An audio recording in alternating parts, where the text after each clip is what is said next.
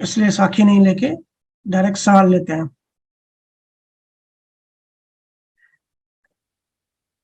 काफी सारे ईमेल्स आते हैं तो मुझे उसमें भी चूज नहीं कर पाता, तो फिर मैं जो रैंडमली सामने आते हैं मैं वही खोल देता हूँ। किसने लिखा है? भैया मेरे घर में दो लोग डिप्रेशन में हैं और एक बोल नहीं पाता। ये इतनी नाइंसाफी क्यों है हमारे साथ, और इसका इलाज क्या है? हम्म। देखो, इधर मैं 4-5 हफ्तों से कर्मों की बात ज्यादा कर रहा हूँ। आप सबने ऑब्जर्व भी किया होगा, क्योंकि ये सब चीजें समझना बहुत जरूरी होती है। मैं कौन हूँ, प्रकृति के क्या गुण हैं, और प्रकृति कैसे काम करती है, और उसका एक इम्पोर्टेंट डिपार्टमेंट है कर्म। वो क्या है?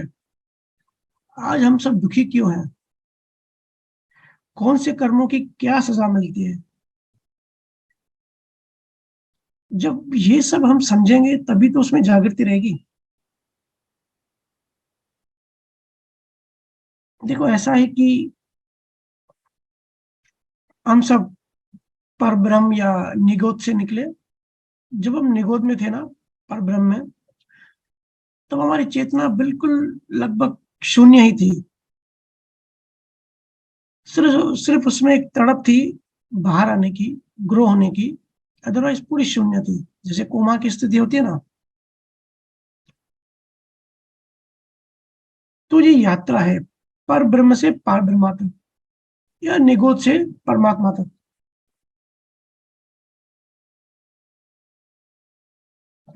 सब कुछ यात्रा है, एक जर्नी है। पूरा संसार, इवन हम सब यहाँ बैठे हो ना धरती पर, आप सब लोग अलग अलग सिटीज में बैठे हो, तो ऐसा लगता है कि हम बैठे हैं, लेकिन हम बैठे नहीं हैं, हम अभी भी यात्रा कर रहे हैं। ये धरती भी एक शिप की तरह है। 90 सेकंड में 20,000 किलोमीटर ट्रेवल करती है। हम सब अभी भी ट्रेवल कर रहे हैं इस शिप में बैठ के स्पेस में।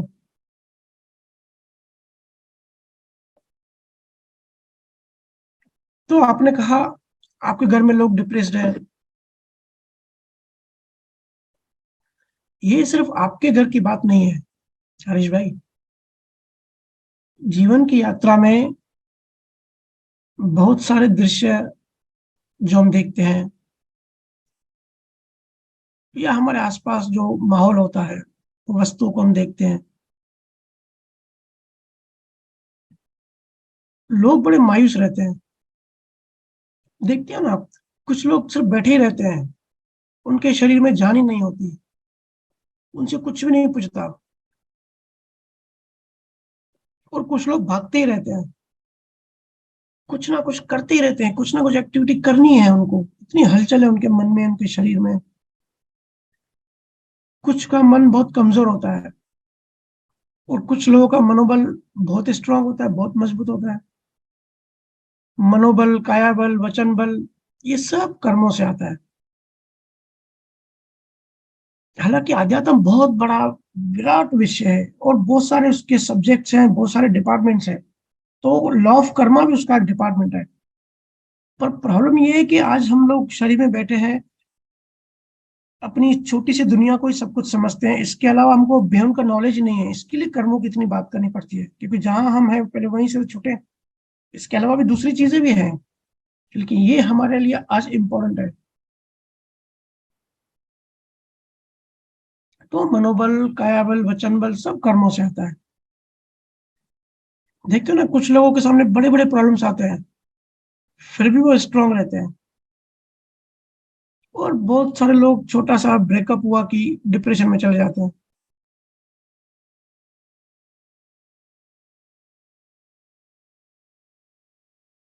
मन या शरीर प्रसन्न भी कर्मों की वजह से होता है। कोई गूंगा होता है, बोल नहीं पाता। ऐसा क्यों होता है? आप ये शिकायत कर रहे हो कि नाइंसाफी क्यों हुई, कुदरत में कोई किसी के साथ नाइंसाफी कर ही नहीं सकता। थोड़ा सा होश बढ़ाने की जरूरत है। जब होश बढ़ जाएगा ना, तभी शिकायत निकल जाएगी कि हमारे साथ नाइंसाफी नहीं कर। ऐसा क्यों होता है? बात को समझो।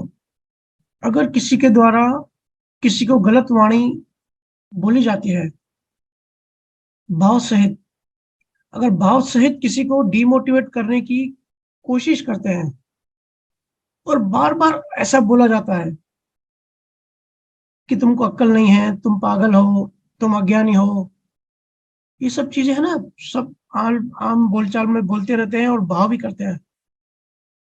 और माँ बाप खास करके अपने बच्चों को बोलते ही रहते हैं। तो जब भी कोई किसी को डिमोटिवेट करता है, किसी की शक्तियों को डाउन करता है, तो उसको नेक्स्ट जन्म में बोलने में कठिनाई होगी, या तो गूंगा होगा, या तो बोलने में हेसिटेशन होगा।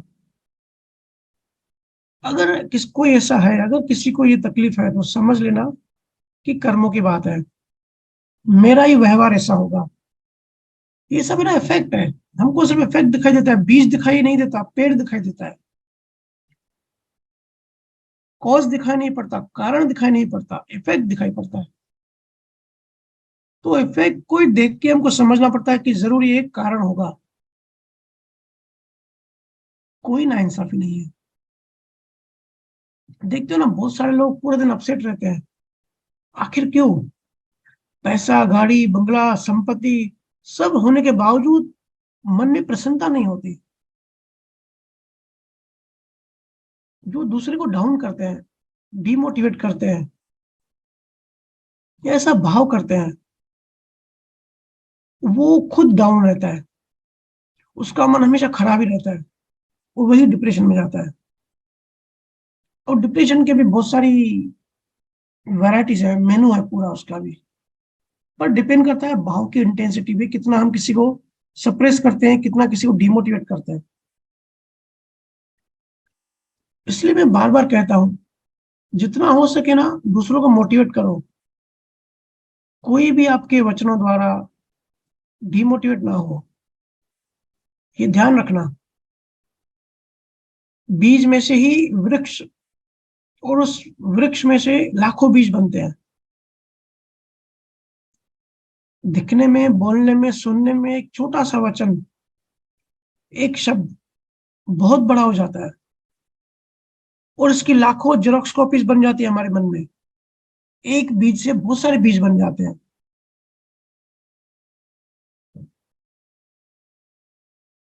इसलिए आप किसी को हर्ट करने की कोशिश ना करो। हर्ट करने वाला अपनी बॉडी लैंग्वेज से भी हर्ट करके चला जाता है, या मुंह फुला देता है ताकि इसको हर्ट हो, और फिर हम भी एक्शन का रिएक्शन कर देते हैं।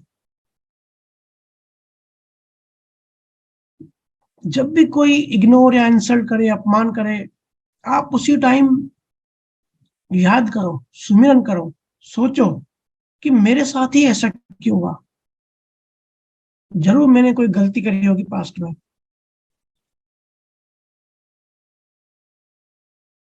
कोई अगर इस जन्म में किसी की क्षमता,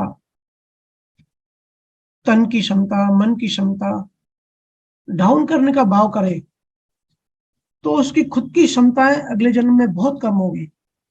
वो हम बोलते हैं ना कि कोई कोई मंदबुद्धि होता है, या ब्लैंक होता है।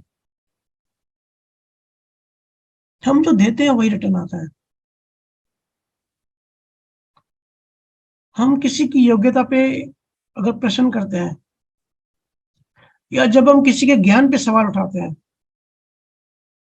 तो हमारी खुद की योग्यताएं कम हो जाती हैं। कर्मों का सिस्टम बड़ा कॉम्प्लेक्स है और बड़ा सूक्ष्म है। बड़ा ब्रॉड विजन चाहिए समझने के लिए।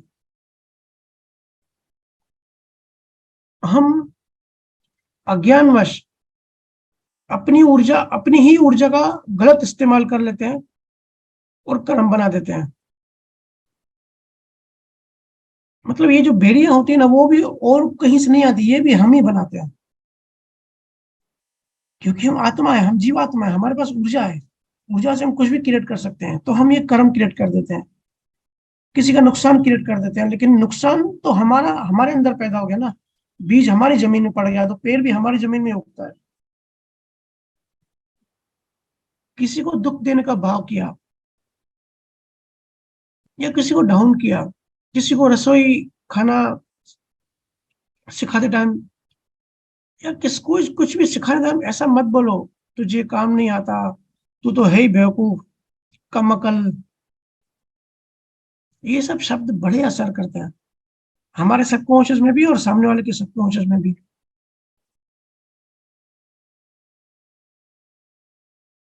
दूसरे के चेहरे पे स्माइल लाओ।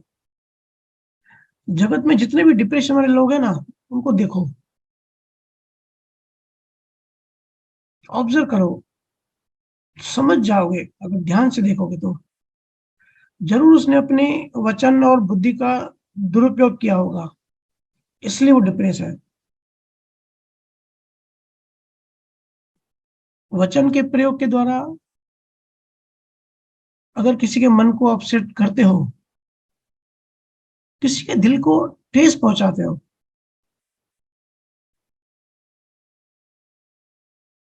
तो खुद का मन खराब रहेगा और विचलित रहेगा। अगर किसी के मन में आया कि भाई मैं 10 लाख दान करूं, और अगर उसकी कैपेसिटी भी नहीं है, और अगर आपने मजाक उड़ाया कि भाई तेरी तो कैपेसिटी भी नहीं है, कैसे दान करोगे, हमको उनकी क्षमता मालूम है कि 10 लाख दान नहीं कर सकता, लेकिन तो भी उसको मोटिवेट करो, डिमोटिवेट मत करो। अगर आपने उसको मोटिवेट किया तो आपकी खुद की कैपेसिटी बढ़ जाएगी। आपने अनुमोदना कर लिया, खुद की कैपेसिटी बढ़ा ली। तो डोनेशन करे ना करे, दान करे ना करे, भाव किया तो भाव से तो हो ही गया, भाव से वो पुण्य बन ही गया। अपने हर शब्द, अपने हर वाणी, अपने हर वचन पे वॉच रखो, लोगों को प्रेरणा दो, आगे बढ़ाओ,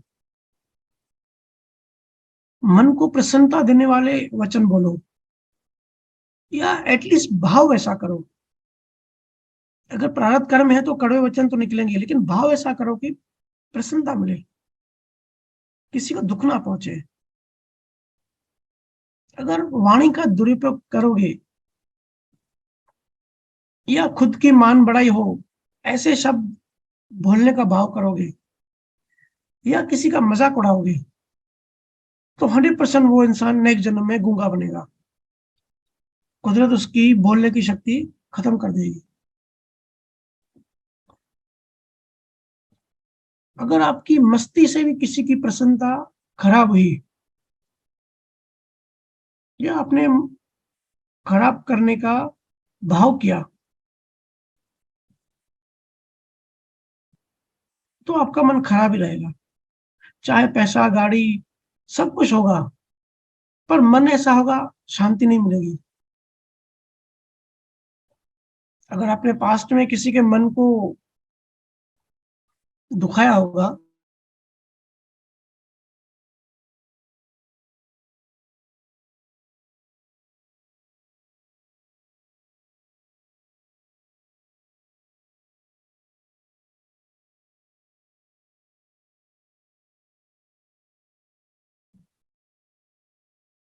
तो कर्मों का विज्ञान हमको अच्छे से समझना है।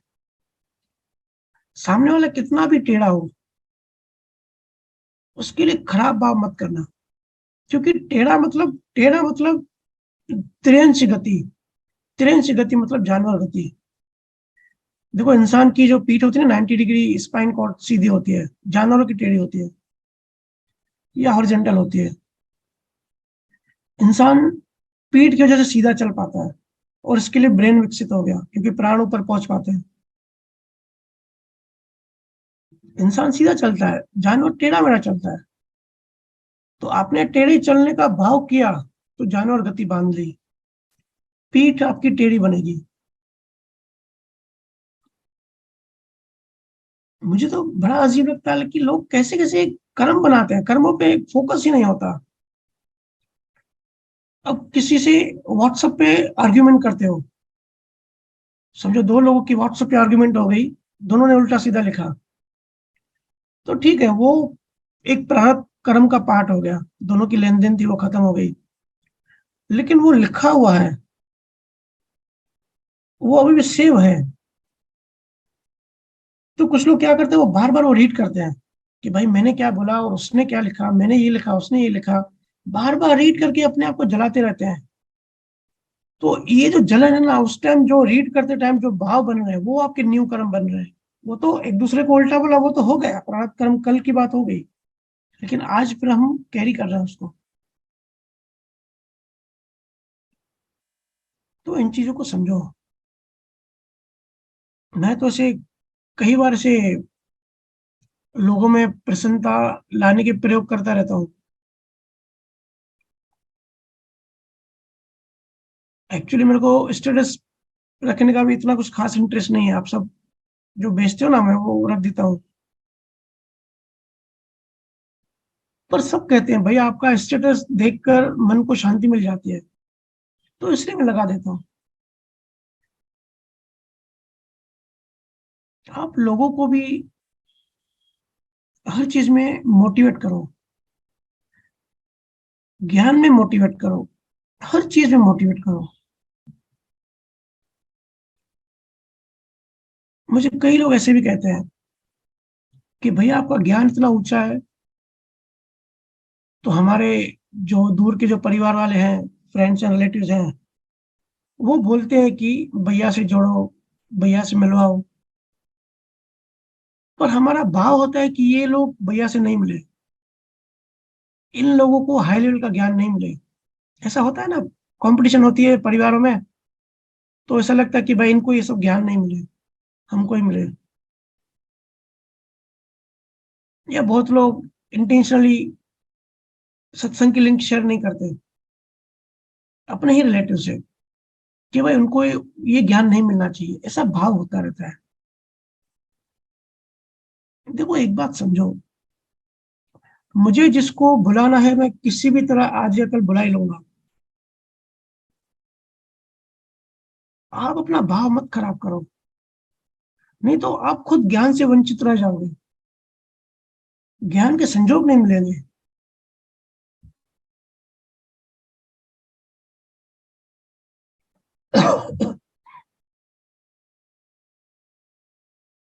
जितना हो सके ना ज्ञान शेयर करो, ज्ञान में रहो, ज्ञान बढ़ाओ। जो बोलते हैं ना दूसरे को मैं ज्ञान नहीं दूंगा, वो खुद ज्ञान भ्रष्ट हो जाता है। एक होता है योग भ्रष्ट, एक होता है ज्ञान भ्रष्ट।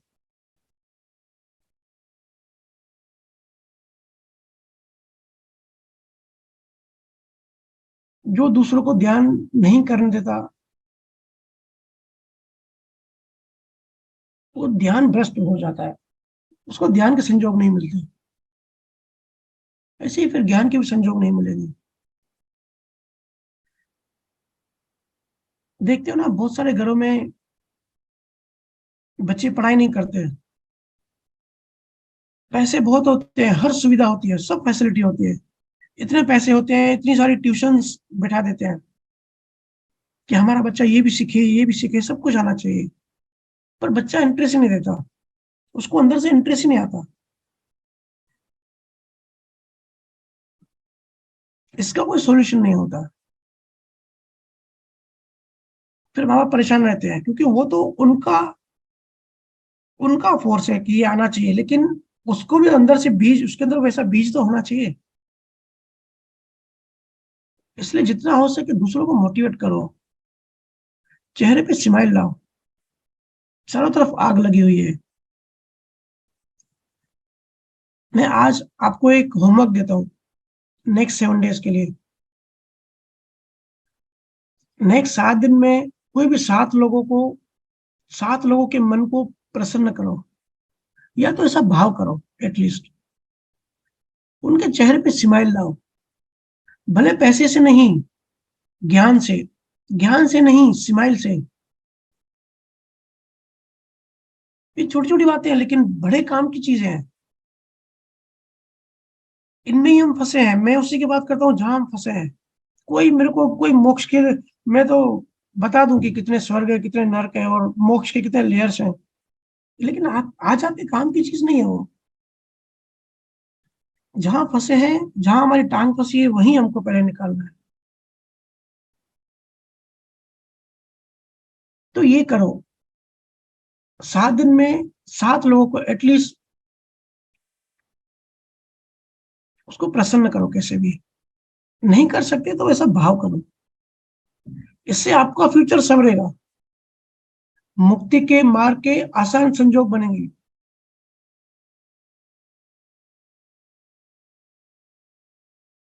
आपका ही फ्यूचर है इसमें। देखते हो ना इंश्योरेंस वाले कैसे घूमते हैं कि अपना फ्यूचर बनाओ। मैं और मेरी वाइफ में एक मॉल में गए थे।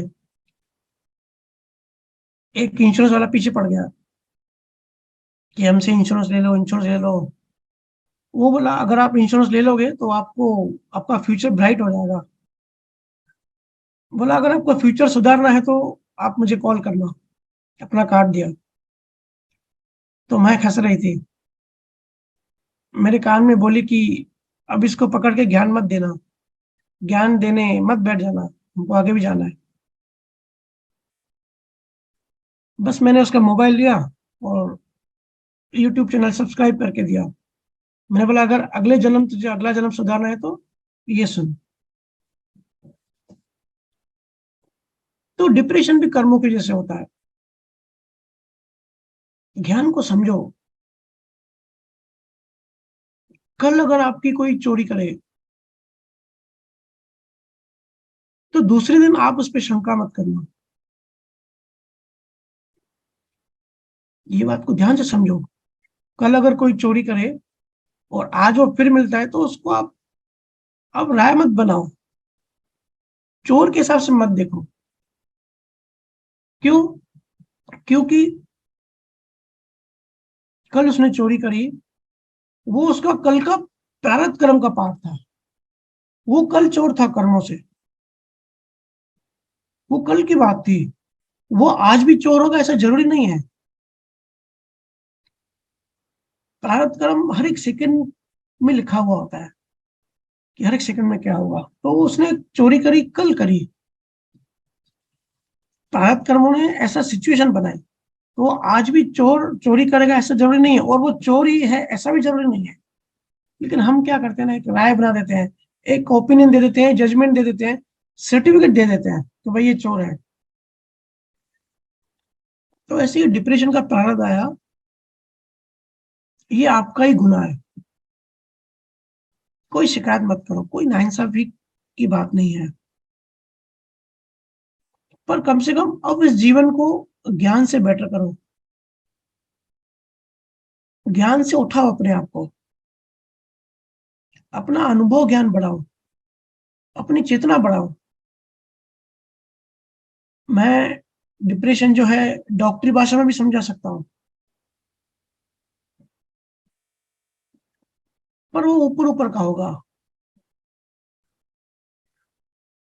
कौन सी ड्रग्स कैसे काम करती है, डिपोमाइन ब्रेन में कम होता है तो डॉक्टर्स फिर उसको ड्रग्स देते हैं, टैबलेट्स देते हैं कि भाई एंटी डिप्रेशन टैबलेट्स है, या ये खुशी के टैबलेट्स हैं, ये ले लो। उन सब पे नहीं पड़ना। मेरा जोर डायरेक्ट चीजें कहाँ से पैदा होती हैं वहां तक आपको ले जाना है, वहां तक आपको ले जाना चाहता हूँ। परसों एक आदमी का कॉल आया। उसने कहा, बोले गुरुजी बैग में 2 लाख रखे थे, हम लोग ट्रेन में जा रहे थे, मैं और मेरी वाइफ, तो कोई बैग चोरी करके लेके गया। वो बोला बहुत दुखी हो रहा हूँ, नींद हराम हो गई रात की। मैंने बोला वो बात तो सही है, पर थोड़ा ज्ञान दृष्टि से समझो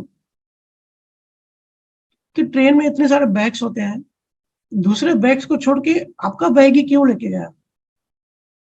और वो भी आपका बैग भी साधारण ही था, ऐसा कोई स्पेशल तो नहीं था। तो वो बोला मैं भी वही सोच रहा हूँ, बैग भी बिल्कुल दूसरों की तरह ही था और हमने सेफ्टी से रखा था, तो दूसरों का छोड़ के, एक ट्रेन में कितनी बैग्स होती हैं, दूसरों के बैग छोड़ के मेरा ही बैग क्यों ले गया, और उसी में पैसे पड़े थे। तो बिना कारण कुछ नहीं होता। जब भी दो लोगों का पराक्रम एक हो जाए तो घटना घट जाती है। दो लोगों का पराक्रम एक हो गया, इसलिए चोरी हो गई। काफी 1 घंटे तक हमारी चर्चा हुई, तब जाके वो शांत हुए। पर इसलिए किसी के लिए भी कोई पूर्व ग्रह मत करो, राय मत बना लो जल्दी से। किसी के लिए कोई भाव ही मत रखो, न्यूट्रल रहो, कि जो जैसा है, अंदर में न्यूट्रल रहो, कोशिश करो एटलीस्ट रहने की, शून्य रहो। पर मुझे पता है आसानी से होता नहीं है, पर जो ध्यान करता है ये ध्यान से होता है, ध्यान करने से, सुमिरन करने से। क्योंकि हमारा सबकॉन्शियस माइंड है ना, सब अनुभव अपने चित्त में जमा करते जाता है, और इस जन्म के नहीं, पिछले लाखों जन्मों से। आपने देखा भी होगा, कहते हैं ना, दूध से जो जल जाता है वो सांस भी फूक फूक के पीता है। ऐसा क्यों? क्योंकि वो जल गया, वो अनुभव उसके चित्त में सेव हो गया।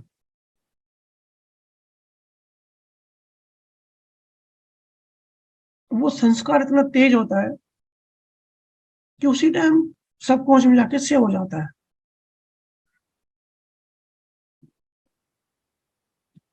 या कोई शादी करके गई दूसरे घर में, सास को दुख देती है, या सास भी उसको दुख देती है, तो ये कोल्ड वॉर चलता ही रहता है। तो क्या होता है, क्या कर रहे हो दोनों, दोनों ही नरक गति बांध रहे हो। दुख देने का भाव किया, भाव से बीज बना, उस बीज से लाखों बीज बनेंगे, और वो लाखों बीज आपको नरक में ले जाएंगे।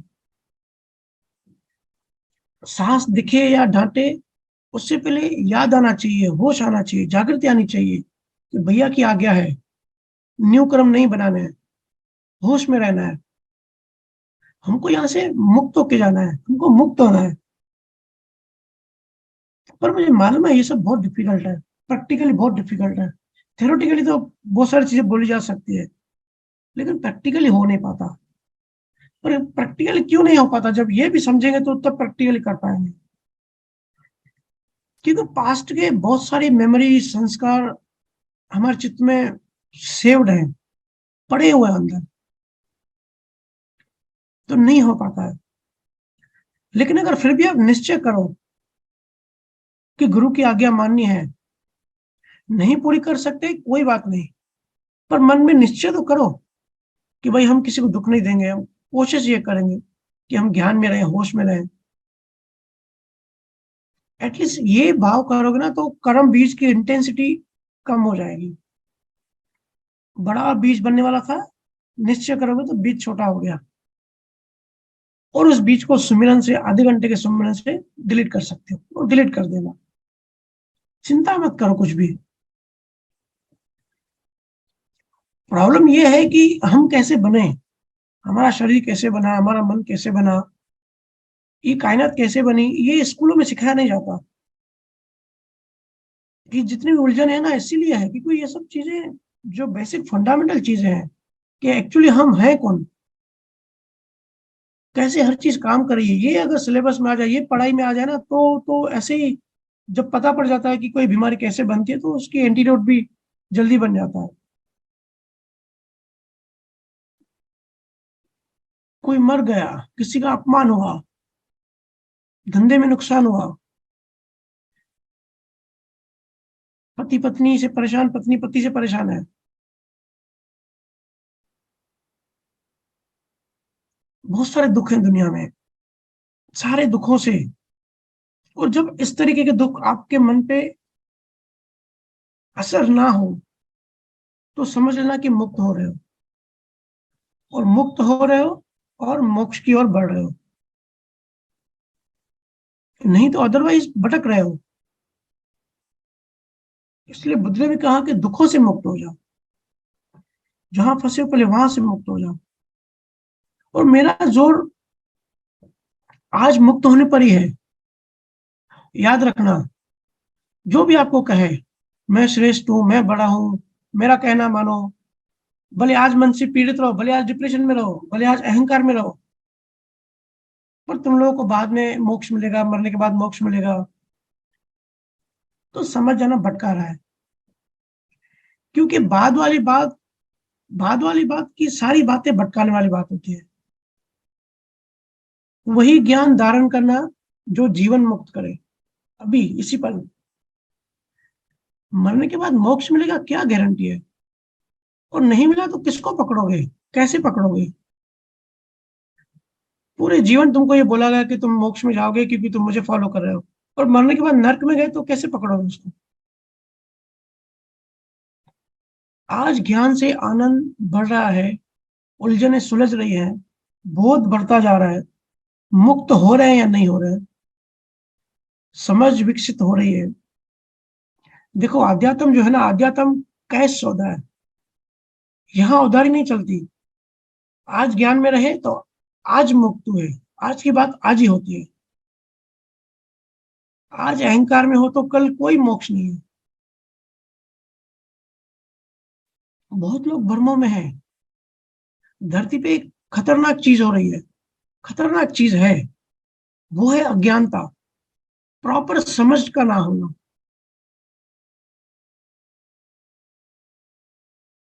और जितने भी सतगुरु होते हैं, जितने भी धर्म होते हैं, उनके जो सतगुरु होते हैं, जब तक सतगुरु होते हैं, जीवित होते हैं, तब तक वो ज्ञान जीवित होता है। सतगुरु चले जाते हैं फिर सारे धर्म मर जाते हैं। फिर प्रॉपर समझ नहीं होती, समझ खत्म हो जाती है।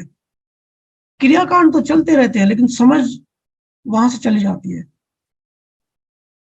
फिर उसकी वजह से सब उलझन में आ जाते हैं। और सो कॉल्ड जो गुरु होते हैं, इसी का ही फायदा उठाते हैं। जो भी हो रहा है उसको, वो क्यों हो रहा है उसका कारण पता नहीं, उसका रीजन पता नहीं। बहुत सारे लोग गुरु बन के बैठते हैं जिनको कुछ पता नहीं है। बहुत सारे लोग कहते हैं सिर्फ आत्मा में रहो और कुछ मत करो। उनको खुद को भी अच्छी तरह से पता है कि ये सिर्फ बोलने की बात होती है। रहे वो खुद भी नहीं सकते आत्मा में। पर आत्मा या मोक्ष या अध्यात्म, इनके नाम से लोगों को मूर्ख बनाया जा सकता है। क्योंकि मोक्ष कल की बात है ना, और मोक्ष मरने के बाद थोड़ी कोई पकड़ पाएगा। तो मूर्ख लोग चक्कर में आ जाते हैं। आत्मा वही जान सकते हैं जो निरंतर सुमिरन में रहे। और सुमिरन क्या है? उस दिन किसी ग्रुप में चर्चा हो रही थी, हालांकि मुझे समय बहुत कम मिलता है रीड करने का या रिप्लाई करने का, पर उस टाइम ट्रेवल कर रहा था तो 10 मिनट फ्री था तो मैंने पढ़ा और अच्छा टॉपिक लगा तो मैंने भी थोड़ा लिखा। तो चर्चा चल रही थी सुमिरन माने क्या। तो वो जाप को ही सुमिरन मान रहे थे। देखो सुमिरन और जाप में फर्क होता है। हम सब जो भजन करते हैं ना, अगर मैकेनिकल भजन किया तो वो जाप हो गया। बैठ के जपो मंत्रों को, रिपीट करो रटो, वो जाप होता है, वो सुमिरन नहीं होता। अगर जाप में भाव को जोड़ दिया तो वो सुमिरन बन जाता है। और उससे ही चेतना बढ़ेगी। जाप से चेतना नहीं बढ़ती, सुमिरन से चेतना बढ़ती है। याद रखो, जाप तो 1 घंटा करते हो, सुमिरन 24 घंटे चलना चाहिए। सुमिरन 24 घंटे चलता है, उसकी याद बनी रहनी चाहिए। श्रुति परमात्मा ही में ही लगी रहनी चाहिए, ज्ञान में ही लगी रहनी चाहिए। श्रुति जो कबीर साहब ने जो शब्द यूज किया ना, श्रुति शब्द भी सुमिरन का ही वर्षन है। मतलब याद रखना, खुद को याद रखना, आत्मा को याद रखना। निरंतर हर पल, वो है सुमिरन। हम कई बार चर्चा करते हैं कि आधा घंटा 1 घंटा भजन सुमिरन करना है, ध्यान करना है, लेकिन 23 घंटे फिर अहंकार में नहीं जीना है। 23 घंटे ध्यान में रहना है, होश में रहना है। वो जो आधा घंटा 1 घंटा बैठ के हम चेतना को चढ़ाते हैं ना, वो ऊर्जा जमा करते हैं, वो ऊर्जा फिर पूरे दिन चलनी चाहिए। जैसे एटीएम में जाते हैं पैसे निकालने, एक बार जाते हैं, 5 मिनट में पैसे निकाल के आते हैं, तो वो पैसे फिर पूरे दिन चलते हैं ना। ऐसे ही आधा 1 घंटा तो हम परमात्मा में जाते हैं, फिर वो ऊर्जा, वो स्मरण, वो श्रुति 24 घंटे लगी हुई होनी चाहिए।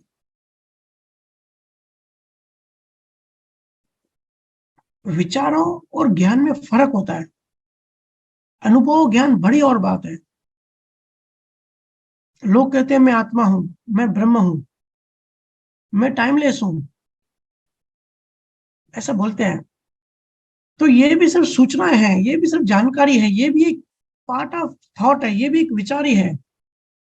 ये दूसरे किस्म की सूचना है। ये भी विचार का जगत ही होगा। तुम कल्पना करके बैठ जाओ कि मैं अमेरिका का प्रेसिडेंट हूं, तो बन जाओगे क्या? हाँ, कुर्सी पे, घर पे कुर्सी पे बैठो, आंखें बंद करो, कल्पना करो कि मैं अमेरिका का प्रेसिडेंट हूँ, तो आपके थॉट में आप हो, बट वो थॉट ही है।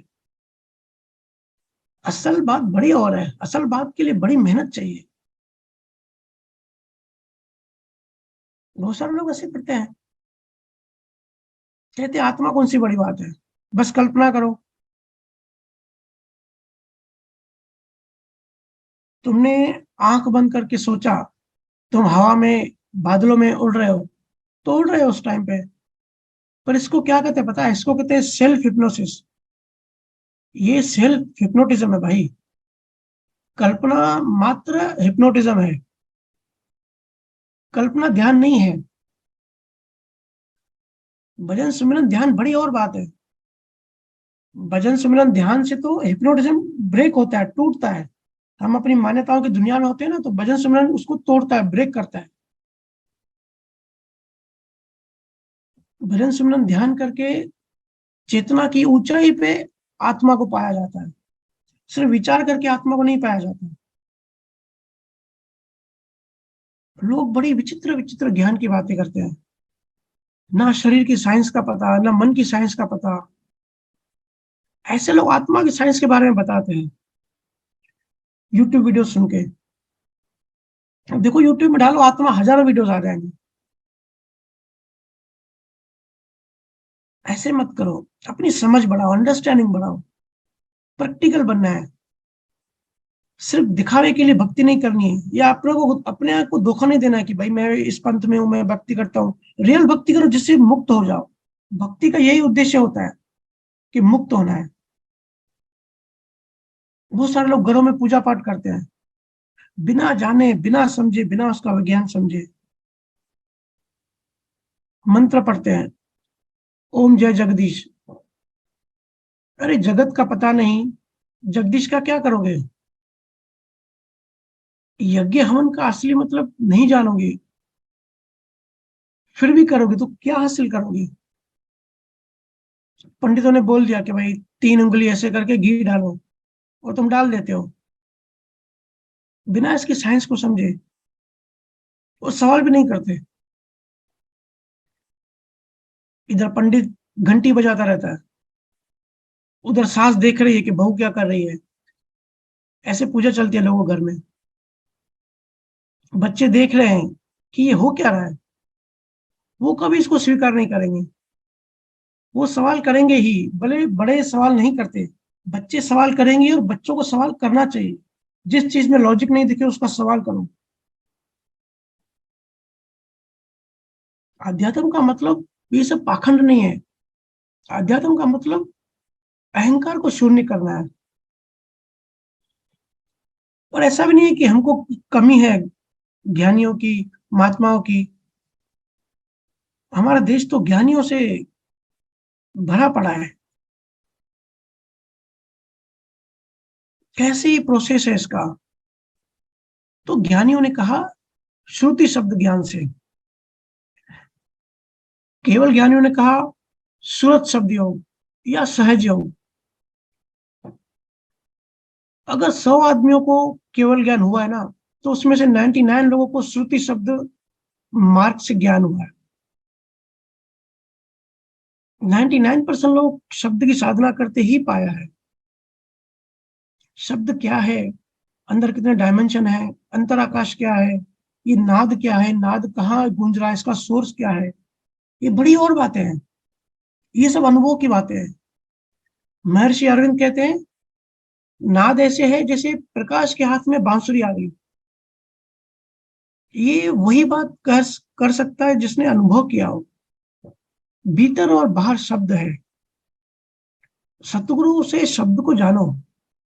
और शब्द क्या है ना, हमको सिंपल भाषा में हिंदी में शब्द बोलना पड़ रहा है, नहीं तो मैंने काफी ढूंढा कि इसको और कुछ भी बोल सकते हैं क्या। अभी भी मेरे अनुभव में तो है, लेकिन शब्द नहीं बन रहा है कि वो जो चीज है वो एग्जैक्टली क्या है। भैया हेलो भैया, सॉरी डिस्टर्ब किया। एक्चुअल में भैया पीछे बहुत रिक्वेस्ट आ रही है लोगों की। हमारे पास में प्लान 100 मेंबर्स का है, तो मेरी सभी से रिक्वेस्ट है कि जो लोग 2 लोग मतलब जो एक ही घर के लोग आईडी सुन रहे हैं, तो वो थोड़ा सा अपनी एक ही आईडी में सुनिए। ओके, सॉरी भैया। ठीक है। तो सतगुरु से शब्द को जानो। और शब्द को बताना बहुत मुश्किल है। इसके लिए सुखराम महाराज ने देखो शब्द क्या दिया, नी अक्षर, वो अक्षर है ही नहीं। ये जो 52 अल्फाबेट्स है ना, उसमें तो बोल ही नहीं सकते। और ये मेरा अनुभव भी है, मैंने बहुत कोशिश की ढूंढने की, लेकिन शब्द ही नहीं मिल रहा है। क्योंकि शब्द जब बनेगा तभी तो बोल सकते हैं। गुरु महाराज या कबीर साहब, सबने यही बात कही है, सबने यही मार्ग दिया। आप सब जो सुमिरन भक्ति कर रहे हो ना, उसमें सब आ गया। उसमें बुद्ध की विपස්සना आ गई, महावीर का त्राटक आ गया, त्राटक और वितरागता आ गई, पतंजलि के 8 अंग सूत्र आ गए, ध्यान धारणा समाधि आ गई। इसमें मानसिक जाप, अजपा जाप, भक्ति योग, कर्म योग, सांख्य योग, प्राणायाम, शिव भैरव तंत्र। और शिव भैरव तंत्र में एक ध्वनि साधना है, वो वशिष्ठ का नाम विज्ञान, कबीर की शब्द साधना, गुरु नानक की नाम साधना, मीरा का समर्पण, नरसिंह मेहता का प्रेम, कृष्णामूर्ति की होश की साधना, शंकराचार्य का अद्वैत विज्ञान, फ्रॉड की मन की सफाई का विज्ञान, और आखिर में सत्व स्वरूप परमात्मा या आत्मा, कैसे उसमें एक होना। इसमें ये सब आ जाता है। जितनी भी भक्ति है ना, सब इसमें आ जाती है, जो आप लोग अभी कर रहे हो। हाथी के पैर में सारे जंगल के जो जानवर हैं सबके पैर आ जाते हैं ना, वैसे साधना कंप्लीट पैकेज है, इसमें सब कुछ आ गया।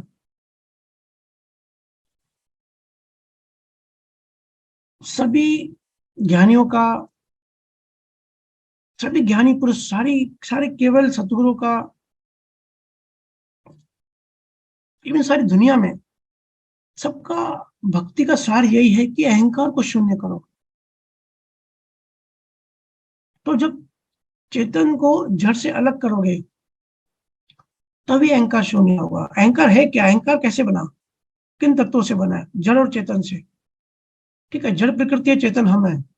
तो चेतन को जड़ से अलग करना है। वो कैसे होगा, जब चेतनता बढ़ेगी, जब होश बढ़ेगा, जब जागृति बढ़ेगी। तो ध्वनि सुनने से आपकी जागृति बढ़ती जाएगी। आप सबको इसका अनुभव है। जागृति इतनी बढ़ेगी, जितना जितना आप सुमिरन, दशमद्वार के बाद सुमिरन करते हो, जितना ध्वनि में लीन होते हो, उतनी आपकी जागृति बढ़ती जाएगी। और जितनी जागृति बढ़ती जाएगी उतना आप प्रेजेंट टेंस में रह पाओगे। नहीं तो देखो, आप कितनी भी कोशिश करो पास्ट टेंस में या कल्पना में चले जाओगे।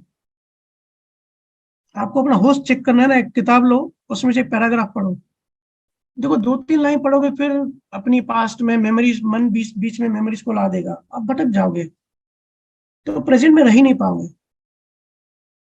प्रेजेंट में वही रह सकता है जिसका होश बहुत बड़ा हो। मन में दूसरे मुद्दे चलते होंगे तो प्रेजेंट में कैसे रह पाओगे। रह ही नहीं पाओगे ना, वो मुद्दे ही चलते रहेंगे, वो इश्यूज ही चलते रहेंगे। ये इमोशंस, ये थॉट्स आपको भटका देते हैं। ये इमोशंस, ये राग द्वेष है ना, आपको खींचते ही रहते हैं। जैसे ही आपने प्रेजेंट टेंस में ध्यान दिया, अवेयरनेस में आए कि आसपास क्या हो रहा है, 2 सेकंड के अंदर आपको मन खींच लेगा। मैं तो बहुत कुछ बताना चाहता हूँ, पर मुझे अनुभव में तो है, लेकिन शब्द नहीं बन रहा है। पर इतना है कि प्रेजेंट में नहीं रह पाओगे। सुमिरन ध्यान से आपकी चेतना बढ़ती है, आपकी चेतना बढ़ने लगेगी, और जितनी चेतना बढ़ने लगेगी उतनी होश जागृति बढ़ेगी। फिर आप मन को ऑब्जर्व कर पाओगे। अगर एक लेवल तक हमारी चेतना उठ गई ना, जागृत, हम जागृत हो गए, हम लोग कैसे अभी बिहेव करते हैं, एक रोबोटिक की तरह। कंडीशनिंग, हमारे अंदर कंडीशनिंग है, मन की प्रोग्रामिंग है। ये जो संस्कार है ना, इस जन्म के पिछले जन्म के, हमको प्रोग्राम करके रखा है। तो उसके अकॉर्डिंग हम बिहेव करते हैं, उसके अकॉर्डिंग हमारा पूरा सिस्टम बनता है। तो हम सब मन के अधीन ही चलते हैं, मन की कंडीशनिंग के हिसाब से ही हमारा बिहेव होता है, हम वैसे ही चलते हैं, वैसे ही सोचते हैं, वैसे ही भाव करते हैं। वही हमारा ज्ञान होता है। हम उसके अधीन होते हैं, मन के गुलाम होते हैं। अष्टवक्र ने कहा ना कि मन के गुलाम मत बनो। लेकिन कैसे, मन के ऊपर कैसे जाए? क्योंकि जब तक ये प्रोग्रामिंग है, कंडीशनिंग है, तब तक तो हम उसके अकॉर्डिंग ही चलेंगे। तो एक कंडीशनिंग खत्म होनी चाहिए, डिलीट होनी चाहिए। तो हमारा जब चेतना बढ़ती है ना, तो ये मन के ऊपर हम चले जाते हैं। मन फिर हमारे पे कंट्रोल नहीं करता, क्योंकि हमारी चेतना बढ़ी हुई है। अब हम इतना होश में आ गए कि हम अपने मन को देख सकते हैं, मन की प्रोग्रामिंग को देख सकते हैं, मन की कंडीशनिंग को भी देख सकते हैं कि ये मन हमको यहाँ फंसा रहा है। फिर इसको डिलीट भी कर सकते हैं। देखना मतलब डिलीट करना। जितनी ज्यादा सफाई होगी, उतना ज्यादा जागृत रहोगे, उतना ज्यादा प्रेजेंट टेंस में रह पाओगे। और कुछ ज्ञानी लोग कहते हैं कि अहंकार, ध्यान भी अहंकार करता है। कितनी नासमझी की बात है। ध्यान जो है ना, वो एक मोमबत्ती की तरह होता है। जैसे मोमबत्ती को जलाओ तो क्या होता है, मोमबत्ती कम होती जाती है, जलती जाती है। तो ये जो ध्यान होता है ना, इसमें चेतना बढ़ती है, ऊर्जा इकट्ठा होती है। तो ये भी अहंकार को गलाने लगती है, जलाने लगती है। जैसे मोमबत्ती रिझती रहती है, कम होती रहती है, वैसे ही ध्यान से अहंकार रिझता रहता है, अहंकार कम होते रहता है। बराबर है, वो जो ज्योति मोमबत्ती में जल रही है, वो मोमबत्ती के ऊपर ही है, और अहंकार के ऊपर ही ध्यान होता है। बराबर है ये बात भी, लेकिन अहंकार जलता जाता है। बिल्कुल सटीक एग्जाम्पल बैठता है मोमबत्ती का। तो ध्यान से अहंकार कम होते जाता है, और जितना अहंकार कम होते जाता है, उतना हमारा डेवलपमेंट बढ़ता जाता है, अनुभव ज्ञान बढ़ता जाता है। ध्यान से ऊर्जा इकट्ठी होती है, और सारा खेल ऊर्जा का है। पास्ट में हमने चर्चा करी है इसकी। आप खुद एक्सपेरिमेंट करना, कभी रोड पे खड़े रह के ट्रैफिक को देखना, तो ज्यादा सेकंड्स आप जागृत नहीं रह पाओगे। एक दो कार को देखोगे, ट्रक को देखोगे, फिर आप अपने अपने मन की थॉट्स में चले जाओगे। लेकिन फिर आप घर आना और अच्छी क्वालिटी का गहरा सुमिरन करना, बिल्कुल भाव से, बिल्कुल आंख में आंसू आ जाने चाहिए, और ध्वनि में मर्ज हो जाओ, एक हो जाओ। आधा घंटा, 1 घंटा एकदम निर्विचार हो जाओ, शून्य में चले जाओ। तो आपकी ऊर्जा इकट्ठी हो गई। फिर आप उसी रोड पे आओ और आप ऑब्जर्व करो। आप खुद ये ऑब्जर्व करोगे कि अभी ज्यादा देर तक आप प्रेजेंट टेंस में रह पा रहे हो, ज्यादा देर आप ऑब्जर्व कर पा रहे हो, वहीं खड़े होके प्रेजेंट में देख पा रहे हो। अभी आपको मन तंग कम करेगा। जो चीज की चोट लगती है ना, वो चीज याद रहती है। क्यों याद रहती है? क्योंकि वो चोट जो है, वो चित्त में चिपक जाती है, हमारे चित्त में वो सेव हो जाती है। तो उससे हम मुक्त नहीं हो पाते। जैसे व्हाट्सएप पे उल्टा लिखते हो ना, तो वो याद रहता है। और मैं बहुत लोगों को, जो मेरे से काउंसलिंग के लिए आते हैं, मैं उनको कहता हूँ कि भाई आप पहले सामने एक बार झगड़ा कर देना, व्हाट्सएप पे कभी मत करना। क्योंकि जो भी चीज हम राइटिंग में लिखते हैं या टाइप करते हैं ना, वो डायरेक्ट हमारे सबकॉन्शियस में, गहराई में जाता है। तो आप ऑनलाइन जब झगड़ा करते हो ना, तो आपके अंदर में वो बिल्कुल स्ट्रांग बीज जाके बनता है, और बहुत मेहनत करनी पड़ेगी उसको डिलीट करने के लिए। तो ये सब चीजें चित्त में सेव हो जाती हैं। और चित्त के कितने लेयर्स होते हैं, हर लेयर में कितना कचरा होता है, तो ये सब बातों से नहीं मिटेगा। सिर्फ बोल दो कि भाई मेरा चित्त पूरा खराब है, और बाहर आपकी कॉन्शियसनेस बाहर है, आप कह रहे हो कि मैं ब्रह्म हूं, मैं आत्मा हूं, तो अंदर वो कचरा कैसे मिटेगा? तो आपने बोल दिया अभी। ये ऐसे है कि किसी के घर में बहुत कचरा है, 10 रूम है, 10 रूम में कचरा बड़ा पड़ा है, तो वो मेन डोर को लॉक करके उस घर का मालिक घर के बाहर खड़ा है, और वो बोल रहा है कि मेरा घर बिल्कुल साफ है। तो बोलने से क्या होगा? अंदर सफाई करनी पड़ेगी भाई। तो वो सफाई होती है सुमिरन से। याद रखना, पूर्व संस्कार नहीं हो मन में, सारा अध्यात्म उसके लिए ही है। जो भी चीजें पूर्व में पड़ी हुई है, हमारे पास में पड़ी हुई है, कैसे उसको खाली करें। अध्यात्म का सिर्फ यही काम है, क्योंकि आप आत्मा तो हो ही, सत्व स्वरूप तो हो ही, उसको आप कुछ नहीं कर सकते, उसको ना साफ कर सकते हो ना बिगाड़ सकते हो। सिर्फ जहां पे बीमारी आ गई है, उस बीमारी को हटाने का नाम अध्यात्म है, और उसके लिए पूरा ट्रीटमेंट है, पूरा इलाज है। और ये करने से आप प्रेजेंट में रह पाओगे,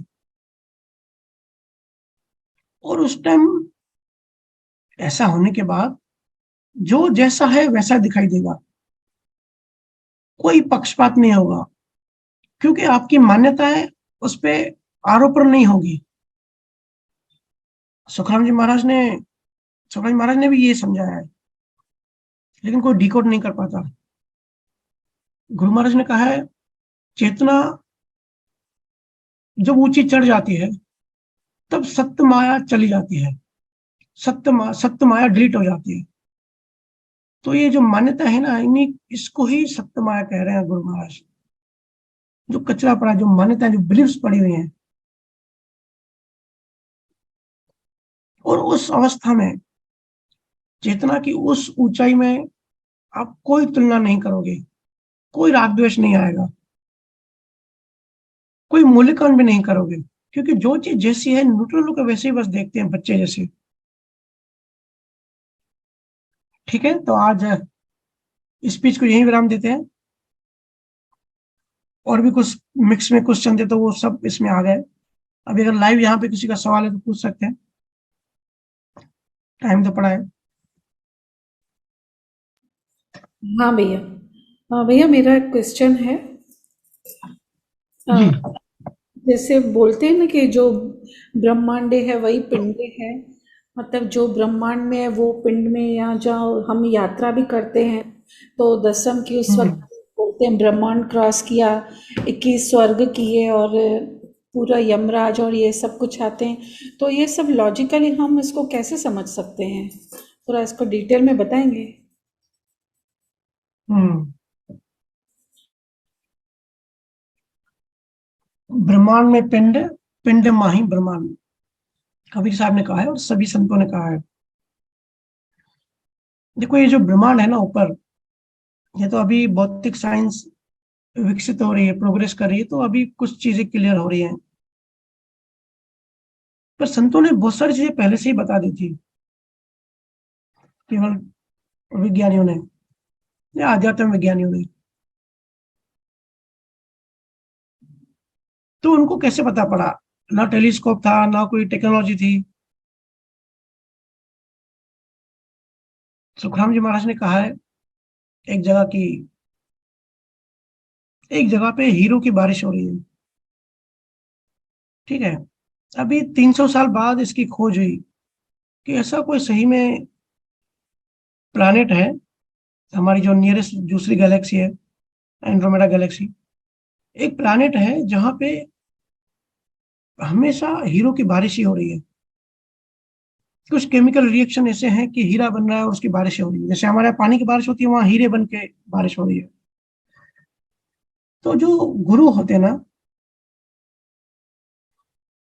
वो अंदर की यात्रा करते हैं, और देखते हैं, ऑब्जर्व करते हैं, समझते हैं। ये जो पूरा ब्रह्मांड है ना, इंसान का जो शरीर है, वो शरीर ब्रह्मांड के हिसाब से बनाया गया है। ऐसे समझो, इंसान का जो शरीर है वो एक मैप है, एक नक्शा है, ऊपर जो ब्रह्मांड है। इसलिए संतों ने कहा कि जो ब्रह्मांड है वो हमारे अंदर है। और कबीर साहब की और संत रविदास की, दयाशा जी की काफी सारी साखियां भी हैं, जिसमें कहा है कि हम ब्रह्मांड में हैं या ब्रह्मांड हमारे में है, या बूंद समुद्र में है या समुद्र बूंद में है, ये पता ही नहीं पड़ता। तो ये जो ब्रह्मांड है बाहर, वो हमारे शरीर में है, हमारे अंदर है। पर हमारे ये बायोलॉजिकल शरीर की बात नहीं हो रही है। इसके अंदर अगर आप कैमरा डालोगे तो इंटेंट अंदर कुछ दिखेगा नहीं। ये बात हो रही है अंदर, उसके पीछे सूक्ष्म शरीर है, कि बाहर का जो भी है वो हमारे अंदर है। हम सबको अनुभव है, जब हम भजन सिमरन करते हैं, जब यात्रा चालू हो जाती है, तो हम जो स्थानों की बात करते हैं ना, वो स्थान भी फिजिकल नहीं होते, फिजिकल शरीर की बात नहीं होती। हम जैसे यात्रा करते हैं, ये भी हम धरती से बॉर्डर तक जाते हैं ब्रह्मांड के। अभी भी ब्रह्मांड का कोई बॉर्डर नहीं है, वो तो कह रहे हैं कि अनंत है। विजिबल ब्रह्मांड जहां तक हमको, जहां तक लाइट जाती है वहीं तक दिखता है, उसके बियॉन्ड दिखता नहीं है। लेकिन संतों ने पहले ही बता दिया है कि ये जो हमारा शरीर है, इसके अंदर, इसके पीछे जो सूक्ष्म शरीर है, एग्जैक्टली ऐसे ही जैसे हमारा शरीर होता है, वो ब्रह्मांड का पूरा नक्शा है। और हम यात्रा करके, जब हम यात्रा करते हैं तो उस ब्रह्मांड को ही क्रॉस करते हैं, लेकिन वो बिल्कुल मॉलिक्यूल लेवल पर होता है, बिल्कुल एटॉम्स की लेवल पर। एटॉम्स भी बहुत बड़ा हो गया, इतना सूक्ष्म होता है। अब कहने को तो हम सूक्ष्म वर्ड यूज करते हैं, लेकिन वो कितना सूक्ष्म होता है वो तो अनुभव करके ही पता पड़ता है। मॉलिक्यूल भी बड़ा हो गया। तो जो हम यात्रा करते हैं, ये यात्रा भी हम जहां पर हैं वहां से शुरू करके ब्रह्मांड की ही यात्रा करते हैं। ब्रह्मांड में पिंड, पिंड में ही ब्रह्मांड। सूक्ष्म शरीर होता है, उसमें बहुत सारे नर्व्स होते हैं, नर्वस सिस्टम जिसको कहते हैं ना, ग्रंथियां होती है, या जिसको होनकाल भी सभी लोग कहते हैं। होनकाल को आप एक मनी समझ लो, या ब्रह्मांड समझ लो पूरा। वो ही हमारा मन हमारे अंदर है। अभी जो हमने चर्चा करी ना कि मन इतना बड़ा होता है, इतने लेयर्स होते हैं, और इतनी सारी चीजें मन में सेव होती है, मन को इतनी ऊर्जा होती है, मन में इतनी कंडीशनिंग होती है। एक्चुअली वो सब बाहर ब्रह्मांड में ही होता है। या बहुत सारे लोग ऐसे कहते हैं कि भैया, आप कहते हो कि संचित कर्म जो है वो कुदरत में, कुदरत के क्लाउड में सेव होते हैं। तो कुदरत का क्लाउड मतलब बाहर कुछ नहीं है, वो हमारे अंदर ही है। हमारे अंदर और हमारे बाहर एक ही चीज है। जैसे हम अभी धरती पे बैठे हैं, ठीक है, हमारे शरीर में जो बैक्टीरिया है, उसको अगर जूम करोगे तो वो इतना छोटा है, उसके लिए हमारा शरीर ही ब्रह्मांड है। और हमारे लिए ब्रह्मांड कितना बड़ा है, तो ये आप एक बार इमेजिन करके कंपेयर करो। ये सब चीजें रिलेटिव है, सापेक्ष में एक दूसरे से बड़ी और छोटी है। वैज्ञानिकों ने तो बैक्टीरिया के अंदर जाके और भी जूम करने की कोशिश करी, लेकिन चलते जा रहे हैं। तो कहने का मतलब, ब्रह्मांड का जो हमारा शरीर है वो नक्शा है, एक मैप है, एक मिनी मिनी सृष्टि है। जो भी बाहर है वो हमारे अंदर है। इसी के लिए गुरु महाराज हुए या कबीर साहब हुए या दूसरे संत हुए, उन्होंने को टेलीस्कोप से नहीं देखा। या गुरु नानक ने बताया कि अरबों खरबों गैलेक्सीज हैं, और ये पैदा होते हैं और मरते हैं। अभी पता पड़ रहा है कि ब्लैक होल है, डार्क एनर्जी है, डार्क मैटर है, और सूर्य भी पैदा होता है और सूर्य भी मरते हैं। संतों ने कितने साल पहले बता दिया, क्योंकि वो अपने अंदर गए, पूरी ब्रह्मांड की यात्रा करी, और उस दसम द्वार तक पहुंचे। और उस दसम द्वार तक वो बॉर्डर है, महाराज उसको वज्रपोल भी कहते हैं, मतलब वो बॉर्डर है ब्रह्मांड का। ऐसे तो ब्रह्मांड अनंत है, अनंत है तो हम कभी पहुंच ही नहीं सकते, हम कभी ब्रह्मांड के बाहर जा ही नहीं सकते, चाहे कितनी भी भौतिक साइंस विकसित हो जाए, वो अनंत है। इसलिए बाहर के रास्ते हम नहीं जा सकते, हम अंदर के रास्ते जाते हैं। इसके लिए गुरु ने अंदर का रास्ता दिखाया है। तो ये जो एक एक स्थान हम क्रॉस क्रॉस करते हैं ना, नाभि स्थान, फिर हम पूर्व का अंदर जाते हैं सुषुम्ना नाड़ी से, फिर पश्चिम से ऊपर जाते हैं, तो ये हम ब्रह्मांड की ही यात्रा करते हैं। या जैनों के ग्रंथों में भी लिखा है कि उनके जो एक तीर्थंकर है वो ईस्टर्न साइड, जहां हमारा हिंदुस्तान है उसके ईस्टर्न साइड, वहां पे बहुत आगे जाके, कुछ कैलकुलेशंस है, खरबों किलोमीटर आगे जाके वहां पे उनका वो देश है, मतलब कोई प्लानिट होगा ऐसे, जो कि उनके तीर्थंकरों ने बताया है। कहने का मतलब सृष्टि हमारे पूरे अंदर ही है। हम अंदर अंदर जाएंगे तो हर चीज देख सकते हैं, हर चीज ऑब्जर्व कर सकते हैं और क्रॉस कर सकते हैं। हमारा उद्देश्य ये होना चाहिए कि इस सृष्टि को क्रॉस करना है, इस ब्रह्मांड को क्रॉस करना है। ठीक है। जी जी जी भैया। तो भैया इसका मतलब ये हुआ कि जो एटम्स वो ब्रह्मांड में है वही एटम्स हमारे बॉडी में है, तो वो क्रॉस करते तो एटम्स के थ्रू सूक्ष्मता में हम लोग उसको महसूस कर पाते हैं। बिल्कुल, एटॉम सिर्फ वही एटॉम ऐसा नहीं है, उसी एटॉम के हम बने हुए हैं। अभी हम जो बोल रहे हैं और जो सुन रहे हैं वही एटॉम सुन रहे हैं। और आज हमारा जो शरीर है, महात्मा गांधी के जो एटॉम्स थे, हो सकता है वही एटॉम हमने यूज किया हो, हमारे शरीर में आए हो। ये बहुत ही गहरी बात है। हम जिसको दुश्मन मानते हैं, कल जो हमारा दुश्मन था, आज वो जो देखते हैं ना, एटलीस्ट वो जो कार्बन डाइऑक्साइड छोड़ते हैं वही वातावरण में जाता है, वही ऑक्सीजन बन के हम अंदर लेते हैं। तो हम सब इंटरकनेक्ट है एक दूसरे से, हम सब एक ही हैं। गुरुजन क्यों कहते हैं हम सब अंदर से एक ही हैं? कल जो दूसरे का शरीर था, उसके एटॉम्स उसके शरीर का बना था, वही एटॉम आज हमारे शरीर में है, हमारा शरीर बना है। कल जो हमारे भाई के अंदर जो सेल बना था, वही सेल दूसरे दिन हमारे अंदर बनता है। तो हम सब जुड़े हुए हैं एक दूसरे से, हम सब एक ही हैं। सिर्फ हम बाहर आ गए, भौतिक हो गए, लॉजिकल हो गए, माइंड, हमारी बुद्धि विकसित हो गई, तो हमको दो दिखाई देते हैं, अलग अलग दिखाई देते हैं, विभाजन हो गया। पर जब कोई आत्मा में जाता है ना, मॉलिक्यूल लेवल से भी डीप में, तब पता पड़ता है कि विभाजन है ही नहीं, सब एक है। ठीक है। जी भैया। और भैया ये 9 द्वारों और 10वें द्वार का क्या रोल है हमारी बॉडी में, उनका एक्सप्लेन करेंगे? देखो, 9 द्वार कौन से होते हैं? 2 आँख, 2 कान, 2 नाक के नासिका, 1 मुंह और 2 नीचे के स्थान, नीचे के द्वार। ठीक है, ये 9 द्वार होते हैं। कहीं कहीं संतों ने नाभि और चेस्ट के भी द्वार बताया, बट वो इतने महत्वपूर्ण नहीं है। अभी हम जब कोई मरता है तब देखते हैं कि भाई किसी की at the time of death, मौत के टाइम किसी की नाक से कुछ लिक्विड बाहर निकल जाता है, या तो कान से ब्लीडिंग होती है, होता है ना, किसी न किसी द्वार से कुछ निकल जाता है। तो ये जो हमारे शरीर में जो 10 प्राण होते हैं, अपान, समान, प्राण, उदान, व्यान, नाग, कूर्म, किलकिला, देवदत्ता, धनंजय, ये हमारे शरीर में प्राण होते हैं। ये सब गतिविधि करते रहते हैं। जो भी हम एक्टिविटी करते हैं ना, हमारा शरीर एक्टिविटी करता है, ये सब ये प्राण करते हैं।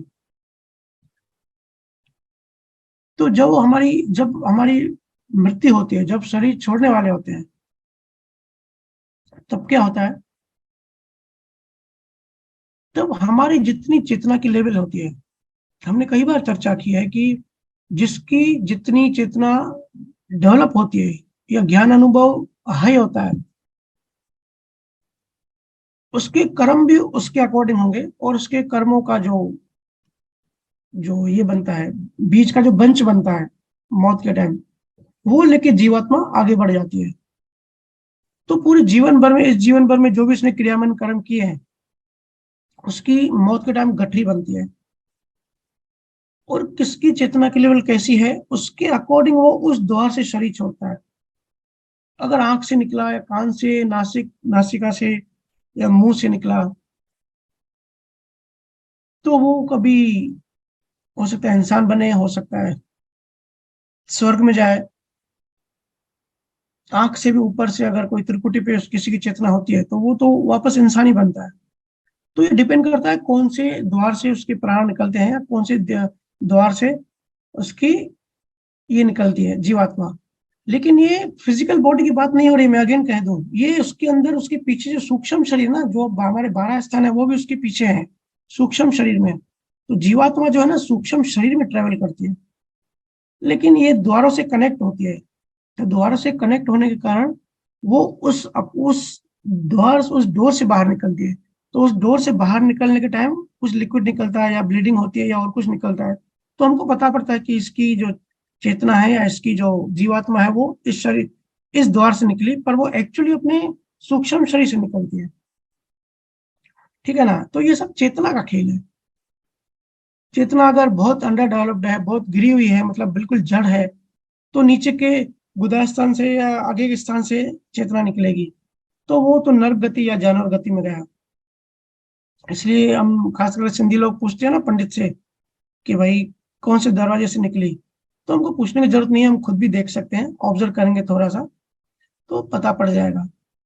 तो ये डिपेंड करता है कि कितनी हमने चेतना डेवलप करी और कैसे हमने कर्म बनाए। अगर बहुत ही भयंकर हमने राग द्वेष वाले कर्म बनाए, या त्रियांश गति मतलब जानवर की गति का कर्म बनाए, तो अकॉर्डिंगली हमको आगे का शरीर मिलेगा। इसी के लिए ज्ञानी कहते हैं, संत कहते हैं कि अपनी चेतना का स्तर बढ़ाओ। हम सब यहाँ चेतना बढ़ाने आए।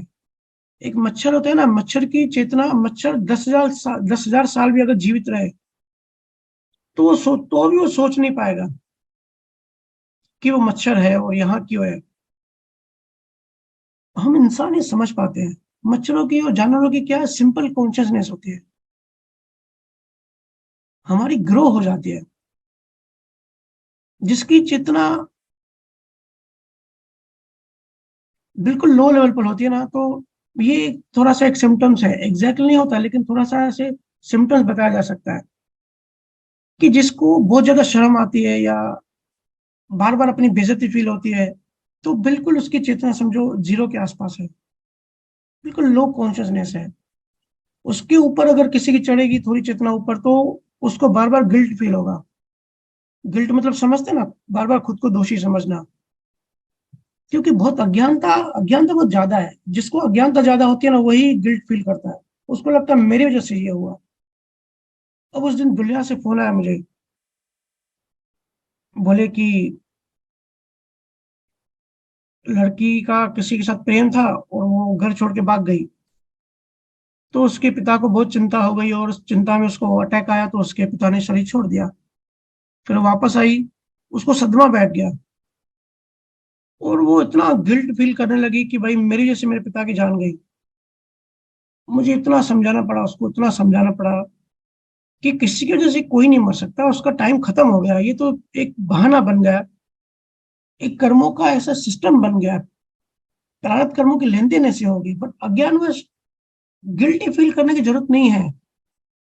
या ग्रीफ बोलते हैं ना, ग्रीफ, डीप सदमा, तो उस चेतना के लेवल पे लोगों को बार बार सदमा लग जाता है, या डीप, या बहुत ज्यादा दुख होता है। उससे ऊपर किसी की चेतना चढ़ेगी तो डर लगने लगेगा, उसके ऊपर थोड़ी चढ़ेगी तो बहुत ज्यादा डिजायर्स, बहुत ज्यादा इच्छाएं पैदा होगी, वासना पैदा होगी।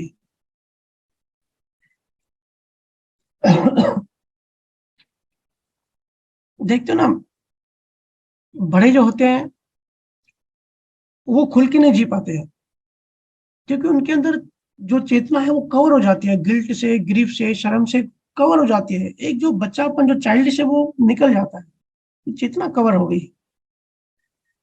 तो ऐसे पूरी एक सीढ़ी, पूरा एक लेयर है। ऐसी चेतना जब बढ़ती जाती है तो क्या होता जाता है, तो चेतना और ऊपर जाती है तो फिर हिम्मत बढ़ जाती है, और चेतना ग्रो होती है तो विलिंगनेस, विल पावर मजबूत होता है। और अगर चेतना ग्रो होगी एकदम हाई तो एक्सेप्टेंस आ जाती है, हर चीज एक्सेप्ट करते हैं। जो भी हुआ हमारे हमारी जिंदगी में, जो भी हो रहा है, हर चीज हम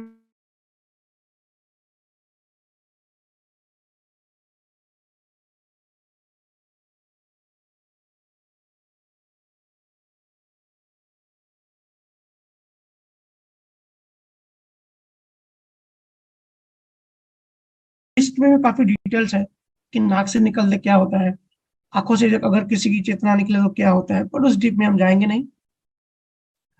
असली बात यह है कि हमको हमारी चेतना बढ़ानी है, ज्ञान अनुभव बढ़ाना है। ठीक है। और लोग फिर आगे आते भी चार जगह से ही हैं, ऐसे तो गए, लेकिन ये तो हम हमेशा जाने की बात करते हैं कि मरने के बाद कहाँ गया, लेकिन कभी सोचते नहीं कि लोग आते कहाँ से हैं, किस टाइप के लोग कौन सी योनि से आते हैं। तो थोड़ी उसकी भी बात करते हैं। तो चार जगहों से लोग आते हैं। अगर कोई पशु योनि से आएगा, अगर कोई जानवर डायरेक्ट जानवर से आएगा, तो वो भक्ति नहीं करेगा जल्दी, क्योंकि संस्कार उसके जानवर के हैं। वो ज्यादा नॉनवेज खाएगा, वो ज्यादा वासना में होगा। ठीक है ना, क्योंकि अभी नियर अभी अभी अभी वो जानवर था, तो संस्कार तो अंदर जमा ही होते हैं ना। कोई अगर स्वर्ग से आता है तो वो मंदिर जाएगा, पूजा पाठ करेगा, भगवत पाठ वगैरह करेगा, हवन करेगा। अगर कोई अभी अभी नर्क से आया है, और हो सके तो अगर उसको उसके पहले के कर्मों का अगर गुरु मिला, तो वो सतगुरु की बड़ी महिमा करेगा, बड़ी वैल्यू करेगा, बड़ी भक्ति करेगा। और अगर इंसान से इंसान में आया तो मोक्ष की यात्रा में वो आगे बढ़ने की ट्राई करेगा, मोक्ष के गुरु ढूंढेगा। मतलब ये है कि कौन कहाँ से आता है ये भी हमको थोड़ा थोड़ा अंदेशा लग जाता है। या जो कुंडली बनती है ना, कुंडली, उसमें भी कोडेड भाषा में लिखा होता है कि अभी का जो जन्म है, पास्ट लाइफ में हम क्या थे और हम कहाँ से आए। तो हम कहीं से भी आए, कहीं भी जाए, असली मकसद हमेशा याद रखना है, चेतना को उठाना है। हम पैदा जिस लेवल पे हम पैदा होते हैं, अगर उसी लेवल पे हम मर गए तो हमारा जीवन वेस्ट हो गया। अगर चेतना की लेवल उतनी है, चेतना की लेवल नहीं बढ़ी। इसलिए तो मेरा जोर बार बार बार बार भजन सिमरन में मैं क्यों आता हूँ क्योंकि भजन सिमरन करेंगे तो चेतना ऊपर उठेगी, रिवर्स डायरेक्शन में जाएंगे। अगर कुछ भी नहीं करेंगे, सब छोड़ देंगे, तो धीरे धीरे नीचे गिरते जाओगे। जैसे घड़ी का कांटा होता है ना, एकदम धीरे धीरे आगे बढ़ता है तो हमको पता नहीं पड़ता, लेकिन हम 1 घंटे बाद देखते हैं तो 1 घंटा हो चुका होता है, वो कांटा आगे बढ़ गया होता है, लेकिन स्लोली हमको पता नहीं पड़ता। ऐसे ही अगर हम कुछ नहीं करेंगे ना, भक्ति नहीं करते, ज्ञान में नहीं है, सत्संग नहीं सुनते, तो धीरे धीरे हम हमारी चेतना गिरती जाती है। इतनी सूक्ष्म तरीके से गिरती है, हमको पता ही नहीं पड़ता। ये जो संसारी संजोग हैं, संसारी लेन देन है, हमारी कंपनी में, जॉब में, धंधे में, घर में, ये जो लड़ाई झगड़े होते हैं, छोटी छोटी बातों पे हम उलझ जाते हैं। हम हैं परमात्मा, हम हैं आत्मा, और 10 रुपए के लिए लोगों से लड़ जाते हैं। काम वाली बहन नहीं आती तो घर में ऐसे हालत हो जाती है कि सबकी चेतना गिर जाती है। तो हम हैं कौन? परमात्मा। और हम क्या कर रहे हैं? हम कितना नीचे गिर गए। ये सब चीजें ऐसी होती है कि एक तलवार है और तलवार से हम मच्छर को मारने की कोशिश कर रहे हैं। अरे भाई, मच्छर को मारने के लिए तलवार की क्या जरूरत है? तो हम हैं तो परम ऊर्जा, लेकिन इतनी क्षुद्र, इतनी छोटी छोटी बातों में ऊर्जा को हम बर्बाद करते हैं, और हमको पता भी नहीं पड़ता, हम अवेयर भी नहीं होते। इसी के लिए ये कुछ शब्दों में, और सारे संतों का अगर दिखेगा ना, ज्ञान का सार यही होता है। शुक्रानी महाराज का भी अगर ज्ञान का सार, अगर वाणी जी का पूरा सार उठाओगे तो यही सार है। नियक्षर भजन सिमरन करो, एक एक स्थान करके अपना दशम द्वार के ऊपर चलो, अपनी चेतना बढ़ाओ, समाधि में जाओ, और जगत कैसे बना है इसको समझो। क्रियामान, संचित कर्म और प्रारब्ध कर्म, इसका सार समझो, इसकी डिटेल समझो। सारे गुरुओं का सार यही है, जागृति बढ़ाए, चेतना बढ़ाए। स्टेप बाय स्टेप जब हम बढ़ते जाते हैं, तब हमको खुद ही अंदर का ज्ञान आता है। अब कुछ टाइम पहले किसी ने पूछा कि भैया आप तो क्वांटम फिजिक्स की बात करते हो, और अध्यात्म का क्वांटम फिजिक्स से क्या मतलब? कुछ बात मतलब ही नहीं है। या ब्लैक होल की बात करते हो, या ग्रेविटी की बात करते हो, तो अध्यात्म आत्मा का क्या संबंध? अरे भाई, संबंध पूरी दुनिया का, पूरी दुनिया से संबंध है। सब एक दूसरे से इंटरकनेक्टेड है। जिनकी चेतना ग्रोन नहीं है, वो ऐसे अभी दूसरा सब्जेक्ट का नॉलेज नहीं है तो ऐसा बोलना ही पड़ेगा कि भाई कनेक्शन नहीं है, लेकिन कनेक्शन है। अब गुरु नानक को क्या जरूरत थी कि सूर्य के बारे में बताया कि चंद्र सूर्य भी पैदा होते हैं और मरते हैं? क्योंकि जब हम अंदर की यात्रा करते हैं, जब हमारी चेतना बढ़ती जाती है, तब जो भी चीज हम देखते हैं उसका अनुभव जो गुरुजन है वो शेयर करते हैं, वो चीज बताते हैं। इसका मतलब यही है कि भाई यात्रा हो रही है, आगे बढ़ते जा रहे हैं। और इसमें ऐसा भी नहीं है कि कोई पढ़ा लिखा आदमी चाहिए वही ये समझ सकता है ग्रेविटी का। अब साइकोलॉजी में एक बीमारी होती है सिजोफ्रेनिया, तो कबीर साहब ने 500 साल पहले बता दिया मन बहुचित्त है, कि एक मन के अंदर बहुत सारे चित्त मतलब बहुत सारे कॉन्शियसनेस या होश रह सकते हैं, या बहुत सारी पर्सनैलिटीज रह सकती हैं। एक आदमी के अंदर देखते हो ना 2 पर्सनैलिटी होती है, या 2 से ज्यादा भी पर्सनैलिटी होती है। तो गांव में उसको भूत प्रेत समझते हैं कि इसके अंदर काली माता आ गई, इसके अंदर प्रेत आ गया। वो बीमारी है सिजोफ्रेनिया। तो कबीर साहब कौन से पढ़े लिखे थे, लेकिन जब कबीर साहब ने जब अंदर की यात्रा की, जब उनको ये चीज समझ में आई, तब उन्होंने जगत से ज्ञान शेयर किया। और आज जाके भौतिक साइंस इसको समझ रही है कि हाँ सही में मल्टी पर्सनैलिटी और डिसऑर्डर होता है।